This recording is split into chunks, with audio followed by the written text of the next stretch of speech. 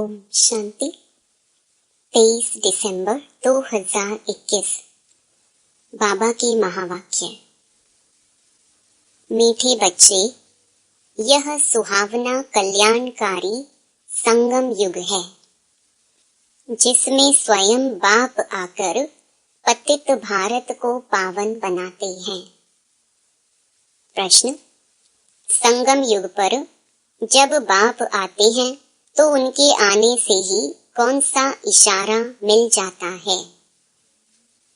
उत्तर: इस पुरानी दुनिया के अंत होने का इशारा सबको मिल जाता है, क्योंकि बाप आते ही हैं पतित सृष्टि का अंत करने। इसलिए विनाश का साक्षात्कार भी होता है। अभी तुम्हें नई दुनिया के झाड़ सामने दिखाई दे रहे हैं।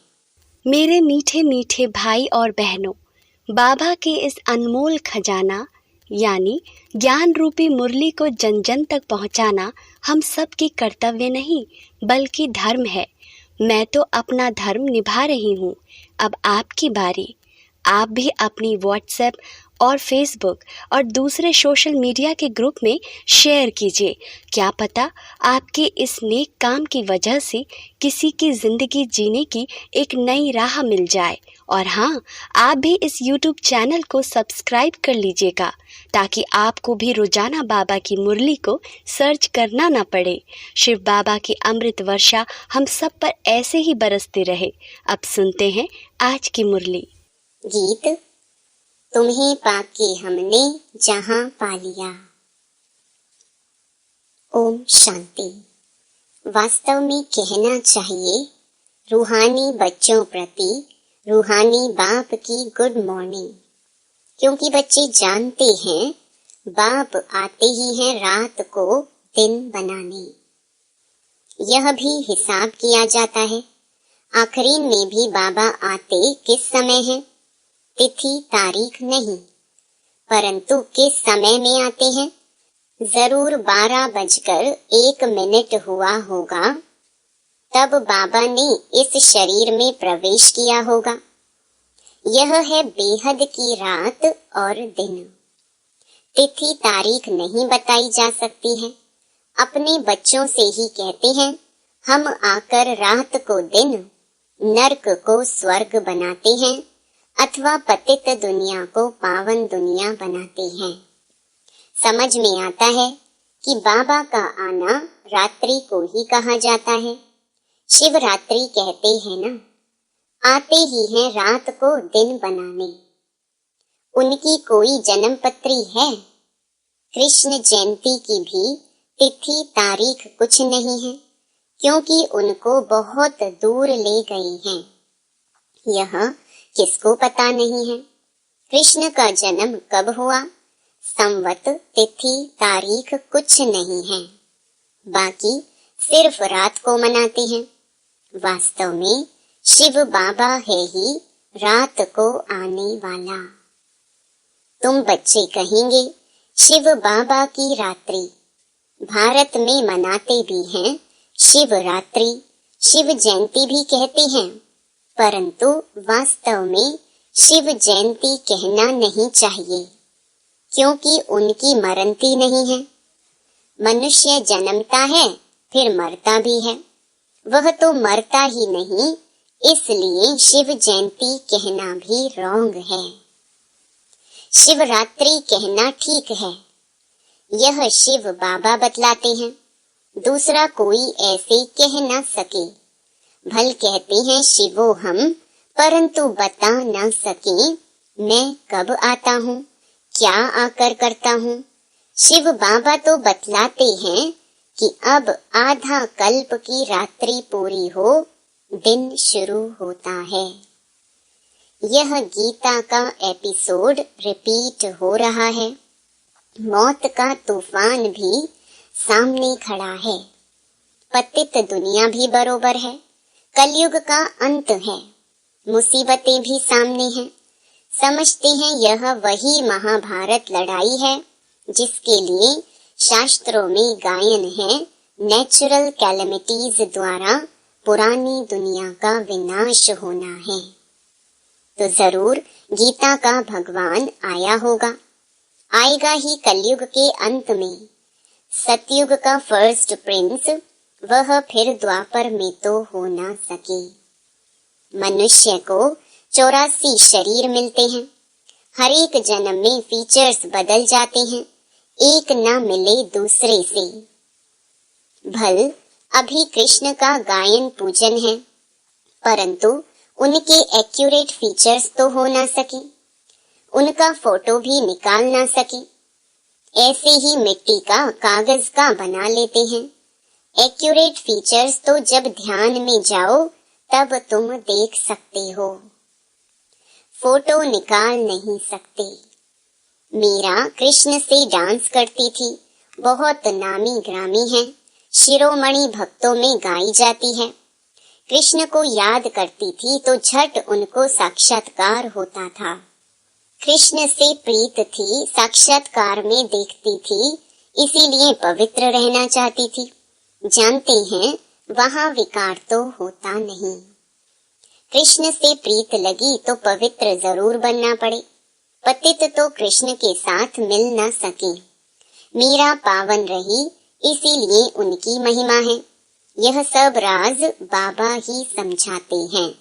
भक्ति मार्ग में तो उनकी अल्पकाल क्षण भंगुर की भावना पूरी हुई। साक्षात्कार हुआ, जो मनोकामना रखते हैं वह अल्पकाल के लिए पूरी हो जाती है। अनेक प्रकार के देवताएं आदि हैं, उनका साक्षात्कार चाहते हैं तो ड्रामा प्लान अनुसार वह मनोकामना पूर्ण हो जाती है। भक्ति मार्ग की भी नोंद है। वेद शास्त्र पढ़ते, माथा मारते तो भी मुक्ति जीवन मुक्ति में जा नहीं सकते। आगे बनारस में जाकर काशी कलवट खाते थे, समझते थे शिवपुरी अर्थात मुक्ति में जाएं, परंतु जा नहीं सकते। मुक्ति में ले जाने वाला है ही एक बाप। उनको ही मुक्ति जीवन मुक्ति दाता कहा जाता है, दूसरा कोई ले जा नहीं सकता। सतयुग में लक्ष्मी नारायण का राज्य था तो जीवन मुक्ति थी, जीवन बंध नहीं था। बहुत थोड़े आदमी रहते थे। इस समय कितने करोड़ों मनुष्य हैं, सतयुग में इतने थे नहीं। बाकी उस समय सब कहाँ थे, यह भी अभी तुमको पता पड़ा है। सृष्टि के आदि मध्य अंत की नॉलेज अभी तुमको मिलती है।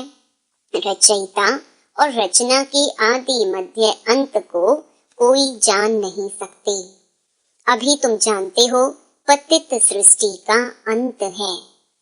वह तो समझते हैं कलयुग अर्जुन 40,000 वर्ष चलना है, परंतु तुम जानते हो अभी कलयुग का अंत होना है।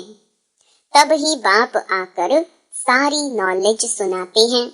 ऊंचे ते ऊंच है ही भगवान, उनका जन्म भी यहाँ होता है, आते भी हैं संगम पर और अंत होने का इशारा देते हैं।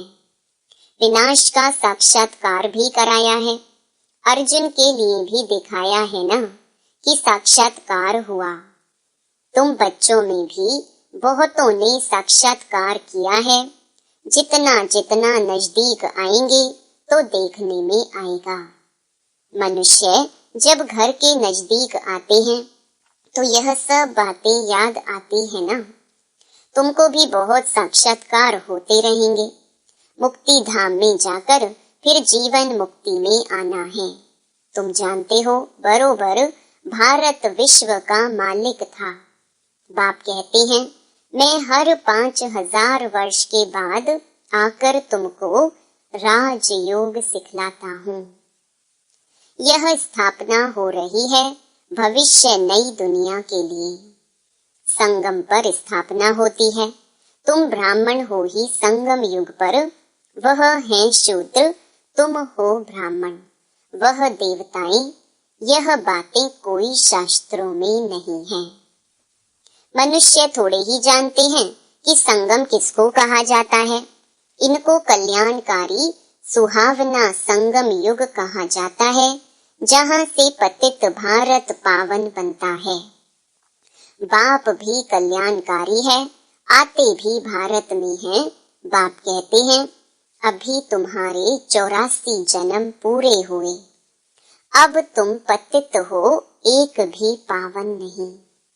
सब भ्रष्टाचारी हैं, विकार से पैदा होते हैं। तुम श्रेष्ठ देवी देवता थे, फिर क्षत्रिय, वैश्य, शूद्र बने, अभी ब्राह्मण बने हो, फिर देवता बनेंगे। फिर अंत में आकर प्रजापिता ब्रह्मा मुख द्वारा स्थापना करते हैं। किसकी? स्वर्ग की, देवी देवता धर्म की। तुम यहाँ आए हो देवी देवता बनने, देवी गुण धारण करने। यह तो तुम बच्चों को मालूम है कि कोई भी विकारी को यहाँ अलाउ नहीं किया जाता है। पहले पहले पवित्रता की प्रतिज्ञा लेनी होती है। एक बार प्रतिज्ञा कर फिर अगर तोड़ते हैं तो एकदम रसातल में चले जाते हैं, चंडाल का जन्म पा लेते हैं। यहाँ बाबा के आगे पतित कोई आ नहीं सकते। अगर ब्राह्मणी भूल से ले भी आती है तो उन पर भी बड़ा दोष आ जाता है, दोनों चंडाल बन पड़ते हैं। जो पावन नहीं बन सकते उनको यहाँ आने का हुक्म नहीं है। पर्सनल आकर समझ सकते हैं, परंतु बाबा की सभा में नहीं आ सकते। अगर भूल से ले आते हैं तो उनको चोट बहुत लगती है। आते तो ढेर हैं, सबको मालूम है कि बेहद बाप के पास जाते हैं, हमको पवित्र जरूर बनना है। मीरा पवित्र थी तो उनका कितना मान है। अब तुम ज्ञान अमृत पिलाते हो, फिर भी वह कहते हैं हमको जहर चाहिए। अबलाओं पर कितने अत्याचार करते हैं विष के लिए। कृष्ण की तो बात नहीं, यह तो बड़ी भूल है जो भगवान के बदले कृष्ण का नाम डाल दिया है। बाप समझाते हैं कि भक्त कहते हैं भक्ति के बाद भगवान आते हैं फल देने, तो भक्ति निष्फल हुई ना। परंतु कुछ भी नहीं समझते हैं। भारत ही गोल्डन एजड था, अब है आयरन एज। कहते भी हैं पतित पावन आओ, तो पतित ठहरे ना। परंतु किसको कहो तुम नरकवासी पतित हो, तो समझते नहीं। बाबा ने जब समझदार बनाया था तो स्वर्ग था, अभी बेसमझ होने से कंगाल बने हैं। जब देवी देवताओं का राज्य था तो भारत कितना ऊंच था। कहते भी हैं स्वर्ग था, लक्ष्मी नारायण का राज्य था। फिर शास्त्रों में ऐसी ऐसी बातें लिख दी हैं जो लोग समझते हैं वहां भी असुर थे। यह शास्त्र कोई सदगति के लिए नहीं है, वह तो जब बाप आए तब सर्व की सदगति करे। यह है रावण राज्य, तब तो चाहते हैं राम राज्य हो। यह नहीं जानते कि रावण राज्य कब से शुरू हुआ है। ज्ञान सागर बाप तो सबको सदगति में ले जाते हैं। यह समझने की बातें हैं। हर एक आत्मा को अविनाशी पार्ट मिला हुआ है। आत्मा शांति धाम से आती है इस पृथ्वी पर पार्ट बजाने। आत्मा भी अविनाशी, ड्रामा भी अविनाशी। उसमें आत्मा अविनाशी एक्टर है, परम धाम की रहने वाली है। 84 जन्म गाए हुए हैं, वह तो 84 लाख कह देते हैं। परमात्मा को पत्थर भीतर में कह देते तो ग्लानि हुई ना। बाप भारत पर उपकार कर स्वर्ग बनाते हैं, रावण आकर अपकार कर नरक बना देते हैं। यह खेल है दुख सुख का, यह है कांटों का जंगल। बाप आकर कांटों को फूल बनाते हैं। बड़े से बड़ा कांटा है काम विकार। अभी बाप कहते हैं मैं पावन बनाने आया हूँ, जो पावन बनेंगे वही पावन दुनिया के मालिक बनेंगे। बाप आया है सहज योग सिखलाने, कहते हैं मुझ अपने माशूक को याद करो। सभी आत्माएं एक माशूक पर आशिक हैं, वह आकर सबको ले जाते हैं मुक्ति धाम। परंतु बाबा कहते हैं तुम पतित चल नहीं सकेंगे, मुझे याद करो तो खाद निकल जाए।